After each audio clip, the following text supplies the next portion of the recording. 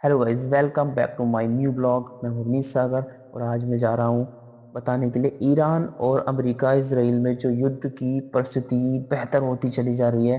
क्योंकि ईरान पीछे हट नहीं रहा है और अमेरिका हटेगा नहीं।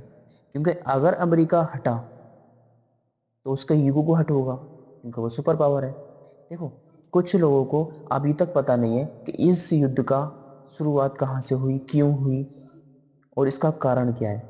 देखो, मैं बताता हूँ आज युद्ध की परिस्थिति कहाँ से हुई।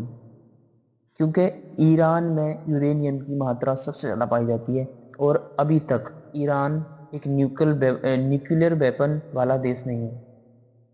उसी कारण न्यूक्लियर वेपन बनाने के लिए ईरान बहुत समय से कोशिश कर रहा था कि मैं न्यूक्लियर वेपन बना लूं, परमाणु बम बना लूं, पर अमेरिका ऐसा होने नहीं देगा किसी भी देश को। जो न्यूक्लियर वेपन वाले देश हैं वो हैं, बाकी के अगर कोई न्यूक्लियर वेपन नया बनाने की कोशिश करेगा तो उसके ऊपर सेक्शन लगा दिया जाएगा अमेरिका की तरफ से। अब ईरान ने खाड़ी देशों पर अटैक क्यों किया? इसलिए किया क्योंकि अमेरिका ने सऊदी, दुबई, कतर, कुवैत सारे देशों में अपने एयरबेस अड्डे बना रखे थे और वो वहां से भी अटैक कर रहा था ईरान के ऊपर। इसीलिए ईरान ने डिसाइड किया कि ये जो अमेरिका के जो अदर कंट्री में एयरबेस अड्डे हैं उन्हें समाप्त किया जाए पहले।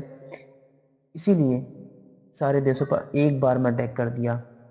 वहां के प्रधानमंत्री को अमेरिका के प्रेसिडेंट के जरिए मरवा दिया गया। 5 दिन का टाइम दिया था ईरान को कि तुम समझौता कर लो, पर ईरान इस चीज को लेकर नाकार रहा है। बिल्कुल वो मना कर रहा है कि हम इस चीज को, हमारा जितना भी उसकी ईगो को हट हो जाएगा। देखो भैया, ट्रम्प जो चाचा हैं वो एकदम पगला गए हैं, पूरी दुनिया को संकट में डाल दिया है। इससे कुछ भी हल नहीं निकलेगा, आपस में लड़ रहे हैं ये लोग और दुनिया की अर्थव्यवस्था डगमगा रही है। मैं आपको बता दूं, इंडिया में क्या इफेक्ट पड़ेगा। इंडिया में बहुत इफेक्ट पड़ेगा। क्यों? क्योंकि इंडिया में सिर्फ 25% ही तेल का खदान होता है। यहाँ से 25% या तेल निकाल पाते हैं इंडिया वाले अपने देश से। बाकी का जो 75% तेल है वो सारा खाड़ी देशों से आता है, जैसे कुवैत, कतर, दुबई या फिर ईरान। सबसे ज्यादा रसिया से भी आता है पर ज्यादा नहीं अभी। हालांकि जो खाड़ी देशों का जो आयात निर्यात वाला स्टेट ऑफ हॉर्मोन्स वाला जो रास्ता है वो ईरान ने कब्जा कर लिया है और उस पे पूरी तरीके से किसी भी शिप्स को निकलने नहीं दिया जा रहा है। इसीलिए इंडिया में सिलेंडर एलपीजी की शॉर्टेज हो गई है। फिलहाल में अभी पेट्रोल एंड या डीजल पे तो कोई असर पड़ा नहीं है, पर अफवाहों को बहुत देखा जा रहा है।